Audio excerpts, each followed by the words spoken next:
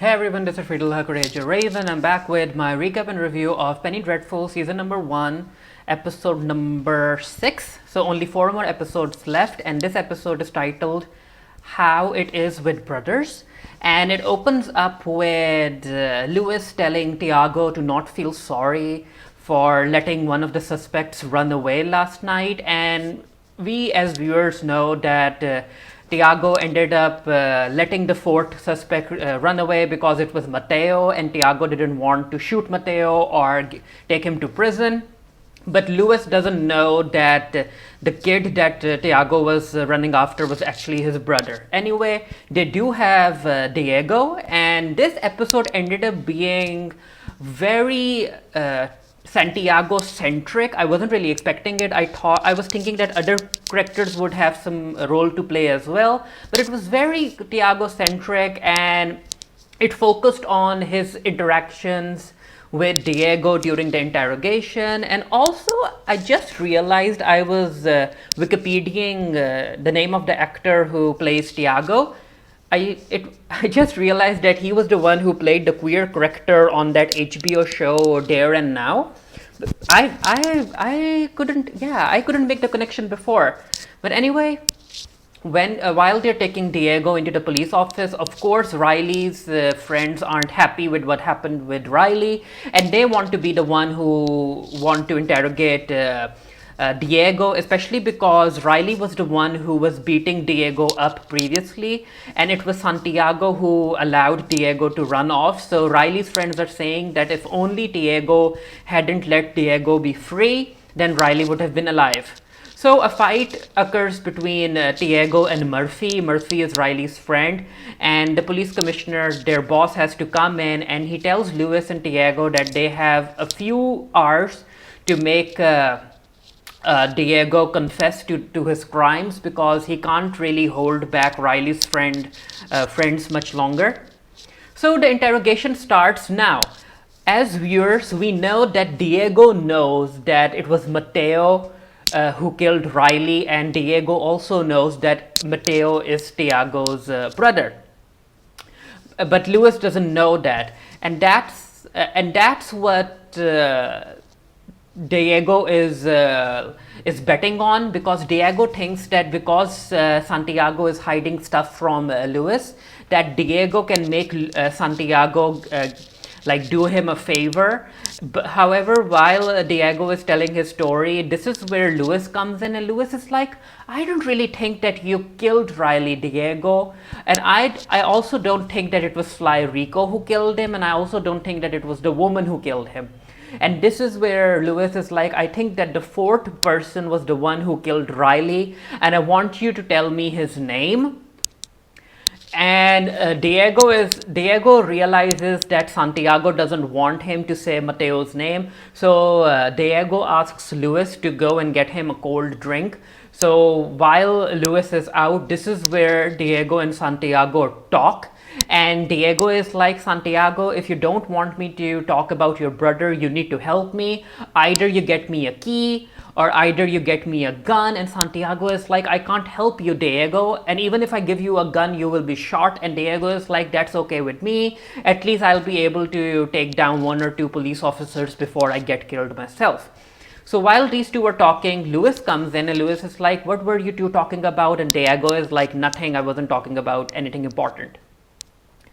Then the scene changes to Sister Molly's house, and Sister Molly comes downstairs and she notices that her mother has prepared breakfast, which is very surprising because her mother doesn't necessarily do that anymore. So these two sit down and they are eating breakfast, and Sister Molly is like, Mom, what will you say if I tell you that I have started to have some feelings for Santiago? And her mom is like, Molly, I'm not okay with that idea, because the people who follow you, they like you because they want you to be married to the church, and if you are married with to someone else, then those people won't like that and you'll lose everything. And Molly is like, I want to live my own life. And Molly's mom is like, living for someone else is a privilege, and if you decide to live your own life the way that you want to, then all of the good things that you continue to do, the charity work, the soup kitchen and everything that you do, that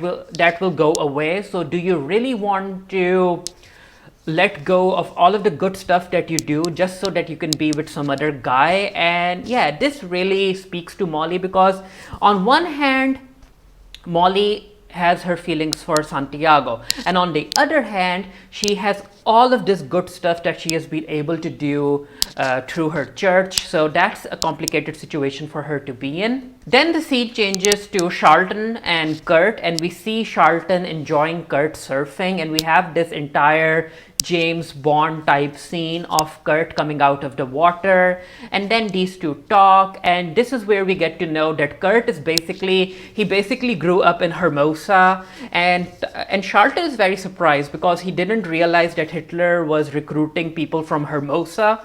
And Kurt is like, yeah, I grew up here, but then other people started to migrate here, the Mexicans, the Chinese, and all of those people. And I was like, why is that happening? Why isn't someone stopping them? Why isn't someone saying anything? And this is where he learned about Hitler, and he decided to go to Berlin. That's where he got his training as a Gestapo, and his first mission, and the current mission that he's on is actually his first mission. And I'm like, Kurt, I really don't understand why you want to be with Hitler, and also Hitler was also against queers. So I'm not really sure what you think Hitler is going to do because of who you are and the way that you're hooking up with Charlton. And then we get to know about Charlton's dream about becoming a tap dancer, and then he realizing that he can't be a tap dancer because he's too big. And also he tells Kurt that LA doesn't necessarily care about who you are or where you come from. What's important is what you make of yourself while you're in LA. Now, these two queer characters, I'm interested in their story, but then again, Kurt is a Nazi, so I don't see this ending well, but it's interesting. Then the scene changes to Maria, and she is tending to one of Peter's children, and while that's happening, we see Linda looking out at them from her bedroom window, and basically Peter wants a divorce from Linda because he wants Elsa to move in, and of course Linda isn't happy about it. Linda is like, why would you bring in here? I can't stand that she's living in my house and she's going to take care of my children, and Peter, you can't do this to me. And Peter is like, yeah, I'm doing this to you, you're drunk, you have an addiction problem, and I'm going to get you committed. And Linda is like, Peter, I know you, I know who you really are, and you might think that you're strong, but you're not. But anyway, so I guess Elsa will be moving in the upcoming episode. Then we have a scene where Molly is singing a song and she's unhappy, and it's about people are writing love songs but not for her and all of that stuff. And we see Josefina standing in attendance in the crowd, and with only 4 episodes left, I'm really interested in seeing where Josefina's story is going to lead her. So we're back at the interrogation room, and of course Santiago wants Diego to confess that he's the one who killed Riley so that Mateo can go free. And in this scene, Santiago shows Diego pictures of Riley, and then he also shows a picture of certain criminals who were sent to the gas chambers to die. And this is basically where Santiago tells Diego that when he's standing in front of the jury, of course the jury is going to convict him of murder and all of that stuff. So Diego necessarily has no choice but to agree with Santiago's terms. And of course Diego doesn't want to do that. Diego is still betting on Santiago helping him because Diego has the card to play that he can just blame Mateo, and rightfully so, because we know that it was Mateo who killed Riley.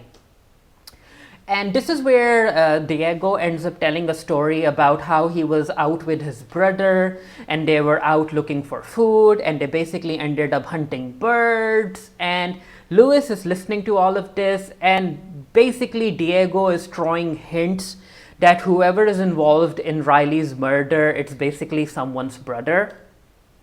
And Lewis is onto something. Lewis is smart. And then we have Diego telling Santiago that he needs to leave so that Diego can have a conversation with Lewis. And Lewis is like, you know what, Diego, I need to talk to you. And this is where Lewis asks Santiago about what Diego and him talked about when he left the room. And Santiago lies. He basically lies. Not fully, but he basically lies. He's still keeping Mateo a secret. He tells Lewis that Diego ended up taunting him about not being a true Mexican, about him being a traitor to his community, and all of that stuff. So while they're working on the case, the rest of the police force is out because they're still trying to find the other three people, Rio, Rico, and Mateo. However, only Riley's friends are here, basically because they want Lewis and Santiago to get their interrogation over so that they could go in and they can torture Diego. So Santiago and Lewis go and talk to their boss, and their boss is not happy. Their boss is like, I guess his name is Ned. But anyway, their boss is like, I gave a chance to you two. So not only has the Hazlitt case not been solved yet, we also have this Riley situation, and I really want you to figure out what to do, and you only have 1 hour before Riley's people go in and they make Diego talk. So while that's happening, we see Rio, Rico, and Mateo hiding out in this shed.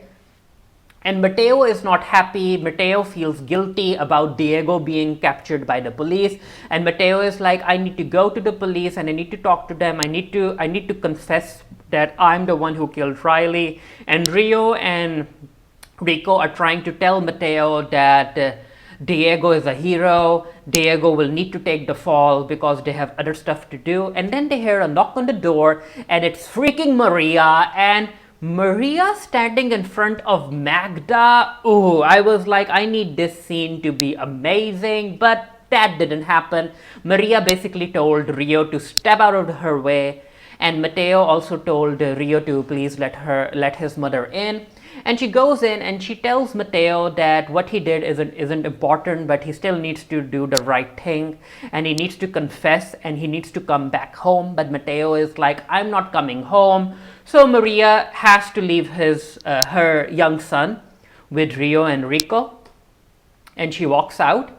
But not before. But she also gives this side eye to Rio before she leaves. At the police station, we see Santiago in the bathroom, and he basically takes out his gun and he takes out all of the bullets. And this is where I was like, is Santiago going to give an empty gun to Diego, and then Diego is going to use it, but the gun will be empty, and then Diego will be shot dead? Because if Diego dies, then he won't be able to blame Mateo.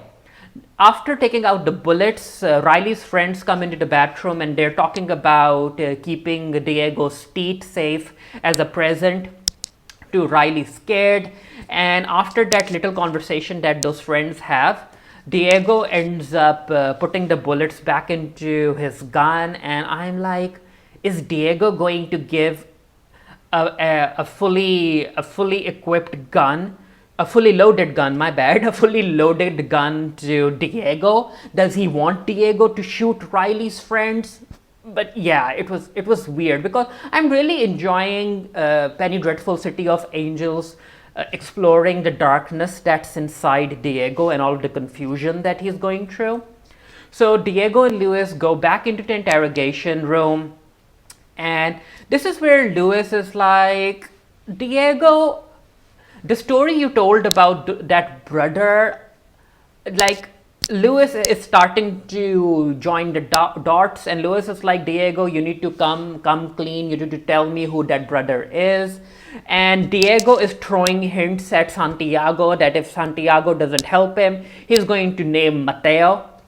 And of course, Santiago doesn't want Mateo to get hurt, so he takes out his gun and he basically puts it next to Diego's head, and Lewis has to step in. And this scene was very enjoyable for me to watch. Ended up leading to Santiago's confession, and he tells Luis about Mateo and how Mateo is his brother and he doesn't want his brother to die because Mateo is his family. However, Diego can be thrown into prison and he can die because Diego isn't Santiago's brother. And it was a very emotional scene, and it showed that Santiago can basically do anything to protect his family.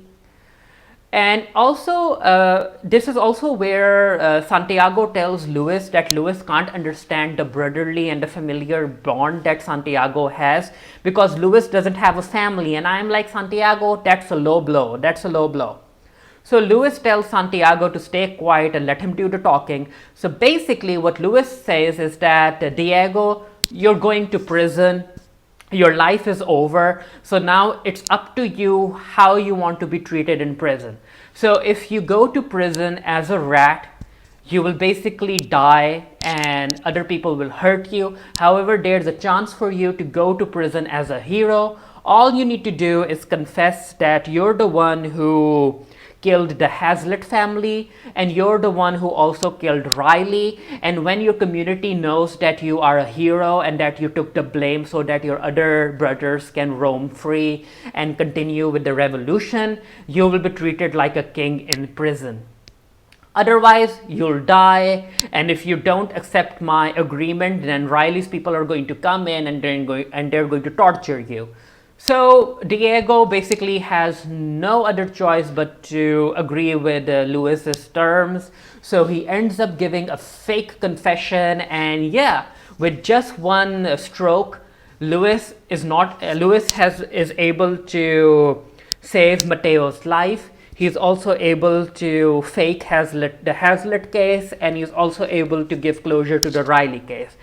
However, with Santiago and Luis being good people, they don't feel happy about what they just did. And again, with only 4 episodes left, I'm really looking forward to seeing how all of this plays out. And of course, I think that these two will continue to work on who actually murdered the Hazlitt family. And it's 6 episodes in, and even I still don't know who ended up killing them.